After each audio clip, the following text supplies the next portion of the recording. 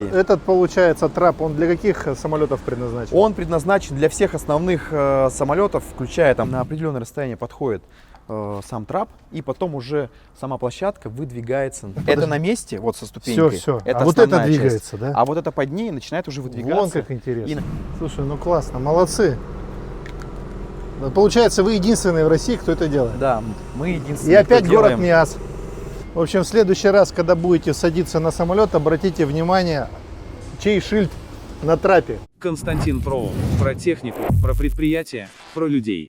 Всем добрый день. Опять я на заводе Приветствую. спецтехники ГИРТ. Это Иван, вы его уже знаете. Здравствуйте. Сегодня мы вам покажем уникальный, не знаю, автомобиль, транспортное средство, которое раньше держалось немного в тайне. Вот, и сегодня... Ну как оно? Покажем Яве уже Да. как бы ограниченный круг уже аэропортов уже видел нашу технику. И вот сейчас... теперь уже можно рассказывать. Да. Завод спецтехники ГИРТ с 2016 года начал активно работать в плане производства спецтехники именно для аэропортов. Начинал завод спецтехники с просто бортовых. Мы получали сертификат специальный летный, так называемый НАТ. Потом начинали делать уже свои автогидроподъемники, начали делать амбулифты, туалет-сервисы, заправка питьевой водой воздушных судов. И вот сейчас одно из последних направлений – это трапы. Уже поставили 2 единицы техники на базе шасси и пришли к выводу, что необходимо разрабатывать трапы на своем шасси, которое будет разработано именно нами. То есть это трап. Да, это трап на колесном ходу с гидроприводом на колеса, с отдельным двигателем и полностью с гидравлической системой. Вы раньше подобные машины делали, но вы использовали шасси Isuzu. Да, вот пришли к выводу, что необходимо делать именно свое шасси. Почему? Потому что, используя кабину того же самого Hyundai, люди не могут попасть на судно, которое является низким по высоте, то есть, да, маломерные суда, так сказать, Но вот невысокие. этот, получается, трап, он для каких самолетов предназначен? Он предназначен для всех основных самолетов, включая там Суперджет российский сухой, Boeing 737, Airbus. То есть все самолеты, использующиеся сейчас в авиации, начиная от маленьких самолетов, заканчивая уже крупными лайнерами. Я довольно часто летаю последние годы, но я честно скажу, я не обращал внимания, это мое упущение, не обращал внимания, чьи трапы. Я теперь начну обращать внимание, смотреть. Ну, вообще, до недавнего времени трапы производились, то есть поставлялись в Россию. Это литовский завод, белорусский завод, и производство крупноузловое было в Хабаровске, китайских трапов. Мы первый завод в России, кто делает именно полностью. Мы не делаем крупноузловую сборку, а собираем полностью все, Полностью изготавливаем. сами. Иван, а в Полный цикл. скольки аэропортах сейчас в стране вообще ваша продукция?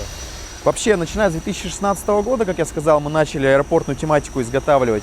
И порядка 35 аэропортов, включая аэропорты СНГ. 35 аэропортов? Да. И количество общей техники вашей? Более 100 единиц выпустили. То есть вообще у нас мощность позволяет порядка 25 единиц аэропортной тематики выпускать. У нас для этого есть отдельный НИОКР, кто именно занимается спецтехникой для аэропортов. Сейчас мы разрабатываем уже перспективный проект, который мы подсмотрели в Гамбурге. Давай эту историю поподробнее. То есть вы куда-то летели? Ну, то есть, да, видели в аэропорту просто Гамбурга, посмотрели, когда один из там учредителей был, и увидел просто определенную технику, и поняли, что это как бы перспективное направление, и необходимо попробовать реализовать у нас в России, на нашем производстве. В общем, копируют не только китайцы, наши тоже копируют. Да, конечно. В любом случае, то есть мы не только копируем, но еще и вносим что-то свое, что-то новое и интересное. Вот, вообще максимальная высота подъема по кромке порядка 5,8 метра. Подъем осуществляется с помощью 2 гидроцилиндров. И вообще, то есть нашим НИОКРом реализована здесь такая система. Здесь есть 2 скорости, первая и вторая. Первая до 17 км в час – это движение по взлетно-посадочной полосе, да. И вторая скорость, когда уже непосредственно происходит сближение с воздушным судном. То есть как вообще происходит работа автомобиля. Оператор подъезжает к воздушному судну, срабатывают датчики сближения. Мы вообще, когда разрабатывали технику, поняли, что воздушное судно во время загрузки людей, оно начинает просаживаться. Как автобус, Как да, грубо автобус, говоря. да.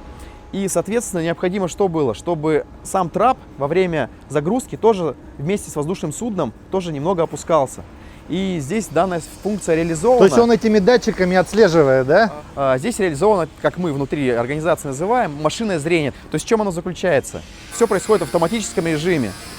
То есть это у вас имитация, значит, борта воздушного, да? Да, да, да. То есть он сейчас немного помятый, то есть основные тут вмятины, это когда мы реконструировали цех новый делали, мы его снимали, вот, ну, крупные вмятины. Ну, также в любом случае есть какие-то, когда мы испытывали, да, первые трапы, это всю технологию, все датчики. То есть не пробуя, не совершая ошибки, ты не сделаешь хорошего продукта, это в любом случае. И вот, то есть слишком дорого было покупать воздушное судно, чтобы его... Да, Боинг там, да? Или Боинг что-то, слишком да? дорого, да. Максимальная скорость, говоришь, у него 17 километров. 17 километров в час. Ну, для взлетной полосы это все достаточно.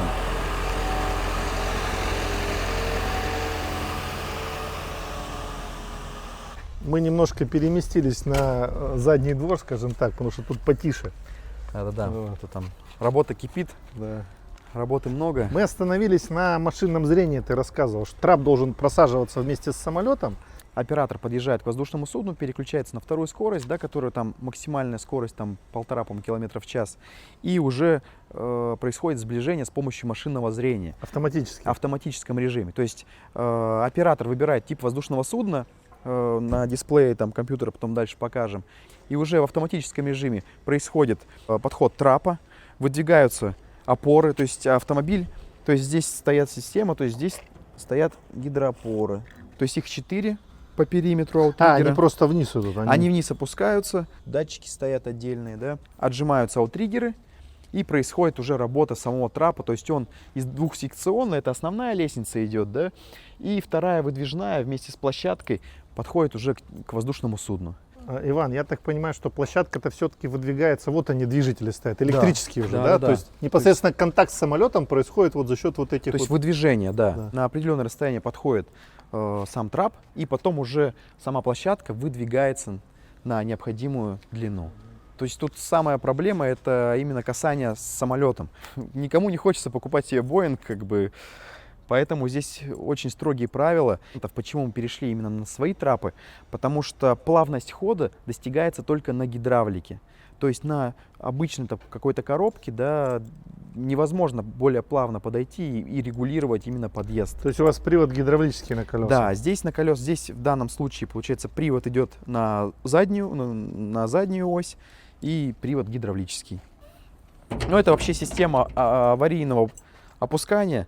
То есть у нас как помимо механического опускания, да, вот механический насос есть для гидравлики, есть электронасос. То есть, условно говоря, если что-то пойдет не так и каким-то образом выйдет гидронасос со всем оборудованием, у нас можно будет опустить всю систему с помощью электропривода. И если выйдет из строя электропривод, то мы сможем механически опустить всю систему. То есть некоторые... Подстраховались вы по максимуму. Да, то есть в любом случае двойное как бы страхование. То есть механика, электрика, ну и основные узлы. Так, ну здесь в принципе ничего, здесь это просто топливный бак, да. Я думаю, что самое интересное это вот здесь вот у вас. Да, это сам силовой агрегат. В данном случае здесь силовой дизельный агрегат Hyundai установлен. Там гидронасос, от которого работает. И уже от гидронасоса идет распределение по всем системам. Это рама полностью, то есть своя. То есть вот взяли двигатель, оси и все остальное мы полностью здесь готовили, все свое. У нас сейчас в работе еще 2 трапа запустились в работе, но они уже с двигателем Deutz. Ну самое интересное это расскажи, что двигатели-то какие были? Ну ввиду последних событий начали искать замену.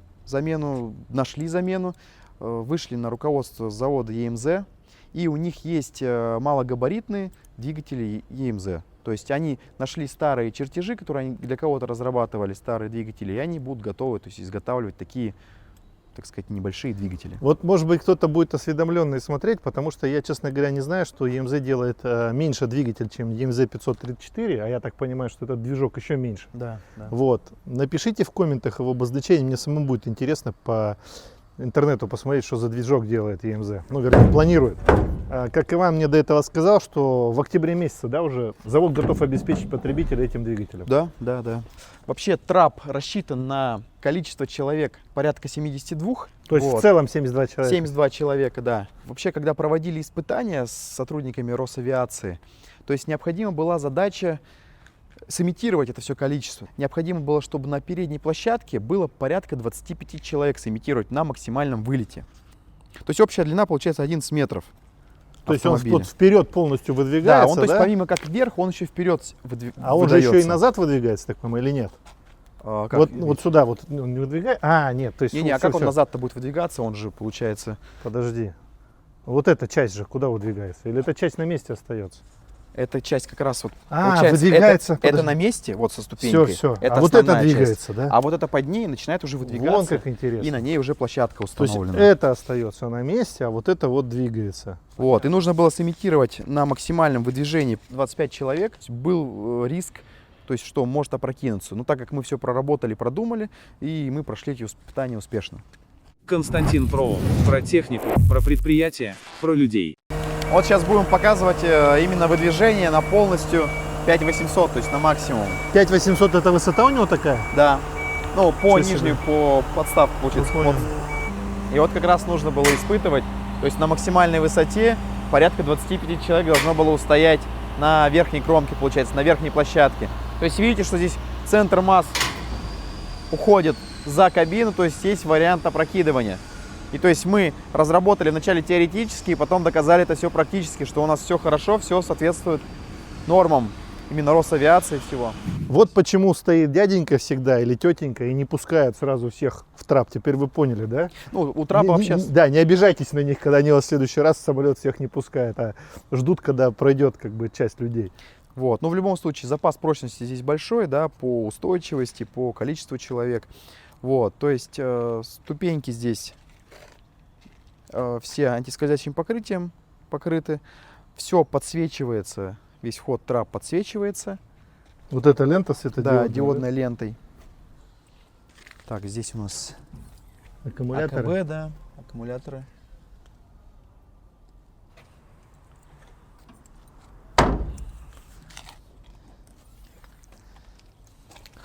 Фильтр Так, воздушный. это воздушник от двигателя. Он отдельно. Ну, то есть, условно говоря, здесь все предохранители, вся электроника, которая находится, все сводится сюда. То есть вот эти гидроцилиндры отвечают за подъем платформы, да? Да. Вот здесь я смотрю длинноходовый цилиндр, я его не сразу Это заметил. уже на выдвижение самой, Да. получается, платформы. Ну, второй. Кабина у нас отапливаемая. Получается, все программное обеспечение вот, компьютера, это разработка нашего Неокра. Да, здесь крановая кабина. Сейчас в последних, вот в новых, мы изготавливаем ее уже самостоятельно.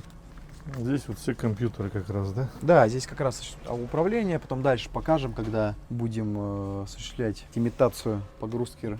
Слушай, ну так пойдет, вы и самолеты начнете делать, нет? Не было планов? Ну, пока в Кроме, начале да, обслуживания, да. Дополнительно может комплектоваться галереей.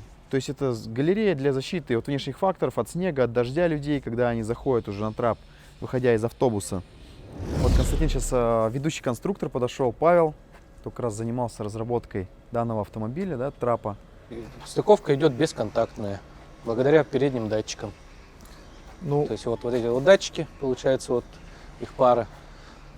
Идет бесконтактная стыковка. ну то есть резинкой прикасается? Нет, не прикасается. Не прикасается, даже да? вообще. Какой-то зазор То остается? есть миллиметров 50-40. Еще зазор, да? Да. То есть именно требования. Сейчас требования идут такие, чтобы не была бесконтактная стыковка. Я вот все время, честно скажу, вот я на днях садился в самолет, там же обычно идешь, тебе еще билет еще раз спрашивают перед посадкой. Я как раз вот эту щелку-то внизу видел, боюсь, сейчас упадет у меня билет. Так что щелка, она нужна. Поэтому его крепче держать надо. билет. Понятно. Павел, долго такую машину разрабатывали? Вообще, как вообще идея пришла? С чего началось? Ну, на российском рынке производителей российских нету, все импортные, поэтому пришла идея самим изготовить трап.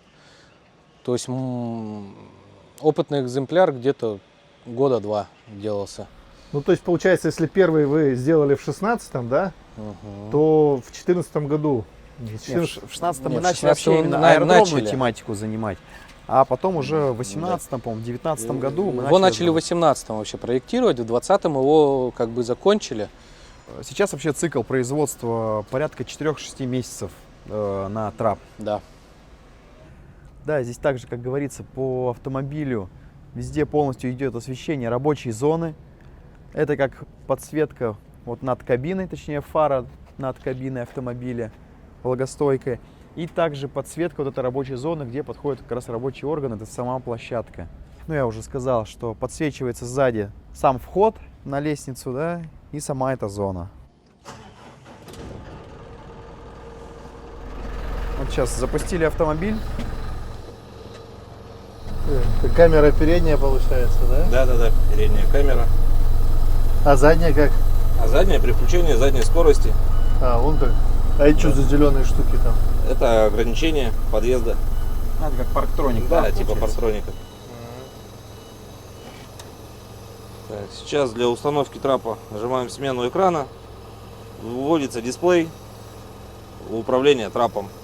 Набираем нужную нам высоту, в данном случае 3550. Нажимаем и старт. Ну и также мы можем посмотреть по таблице воздушных Да. судов.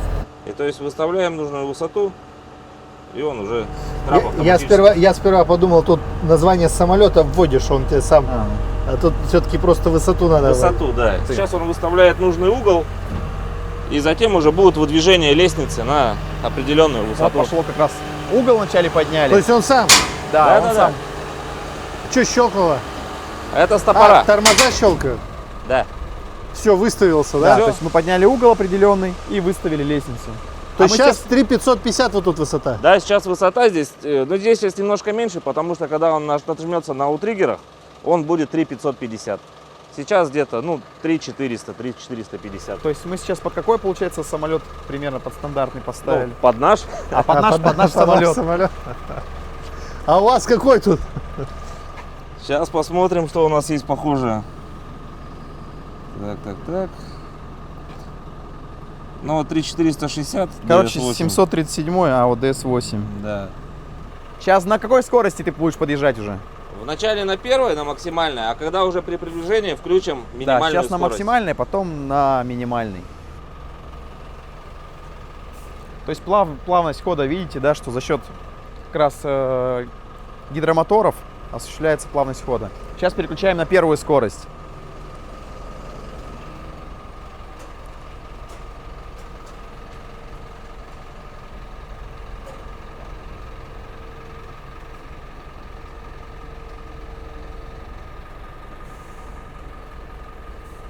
Вот сейчас условно сблизились. Сейчас должны аутриггеры сработать. То есть запускаем аутриггеры. Опускаем. Вот она сейчас отжимается и будет опускание дополнительной лесенки. Для удобства. Все, наверх Пойдем пойдем. наверх сейчас. Так сказать, на борт. То есть вот видите, вот по основной и вот дополнительная выдвижная вот эта вот. То есть мы сейчас выходим уже на дополнительную площадку. То есть стабилизация идет в автоматическом режиме под нужный угол фюзеляжа. Оп, поворачиваю. То есть если даже чуть криво подъехал, все остановилось, да? Да. Прикольно. Слушай, ну классно, молодцы. Получается, вы единственные в России, кто это делает. Да, мы И единственные, опять кто город делаем. Миасс. А вот эта идея с датчиками, со всеми, с программой, то есть сразу нашли решение или нет? Нет, испытывали несколько вариантов датчиков разных, и в итоге вот пришли только к этим пока датчикам. Вот. Хотелось бы найти аналоги российских, но, к сожалению, пока в России такого еще нету. Перила выдвигали? Кого? Перила. Нет, нет, кстати, нет. да, точно. Да. Они выдвигаются. А сверху что ли? Да. Специальный рычаг вот нажимаем, Ага. выдвигается, фиксируется. Все. Аналогично другая сторона тоже. Выставляется любая высота. То есть мы какую захотели, на компьютере выставили, и она автоматически выдвигается. Вообще, то есть я понял, так у всех трапов идет регулируемая У высота, них, да? да, регулируемо, да. Нет таких, чтобы фиксированная была? Нету. У него еще есть педаль, но ее сейчас здесь нету. То есть она подкладывается под дверь самолета. Вот. Если начинает проседание самолета, она срабатывает, и на утриггерах, на цилиндрах, которые подъема лестницы, она маленько опускается. Это вот как раз про систему, когда идет загрузка самолета, то есть Да. он начинает просаживаться, и вместе с ним должен просаживаться трап. А, то есть она отдельно выносная? Отдельно, да, то есть у нее точки подключения вот с одной стороны, с другой стороны, в зависимости, где... С какой стороны дверь? Вот Она это, под да? дверь ставится. Да. Она под дверь фюзеляжа, получается, подставляется. Мгм. Как, это, по сути, как датчик. А это, чтобы люди не шли. Это Это, да, чтобы люди... Раньше времени не бежали. Ну, я думаю, что не я один обращал на это внимание, то есть видели многие этот ролик. Я думал, чтобы дверь не провисала, вот что. То есть она открывается, и она стоит действительно на ролике. Вот. Вот обратите внимание, полетите в следующий раз. Я думал, что дверь такая тяжелая, что она может провиснуть. Я еще, ну, у меня такие, получается, я был не прав. Получается, она дверью давит как раз на трап. У самолетов провисание до 150 миллиметров может быть. То есть От В нагрузки. зависимости, да, пустой самолет плюс топливо и пассажиры там до 150, то и 15 сантиметров. больше есть некоторые самолеты. Мгм. Ну здесь устаревший вариант. А, я с роликом видел. Не, это у нас это самая простая была. Сейчас у нас более такая Слушай, лучшего варианта. это на педали от швейной машинки похоже. Да? Да? Да. Серьезно, что ли? Ну, подобие это. Это станочное. А, ну это просто размыкатель, Это получается. станочная, да, идет как бы это. А сейчас у нас также силиконовая, закрытая вся от влаги идет. Вот, ну, где-то примерно миллиметров 300 она длиной. Ну, она побольше, да. Побольше. Она да, уже чтобы- изготовлена прям под наши требования, какие мы делали. Здесь просто старого образца. Так, Павел, большое спасибо. Это вообще надо быть таким умным, чтобы такие штуки придумывать. Я просто не представляю. Придумайте, для какой еще спецтехники может понадобиться это самоходное шасси, ну, то есть где его можно использовать. Вот я предложил идею, значит, с какими-то цеховыми автовышками, ну, которые дальше завода не ездят и где большие скорости не нужны. Да, может быть, кто-то из зрителей предложит еще какое-то решение. Вот, ладно, спасибо. Давай, спасибо, Константин. До новых встреч. До свидания. Далее. До свидания.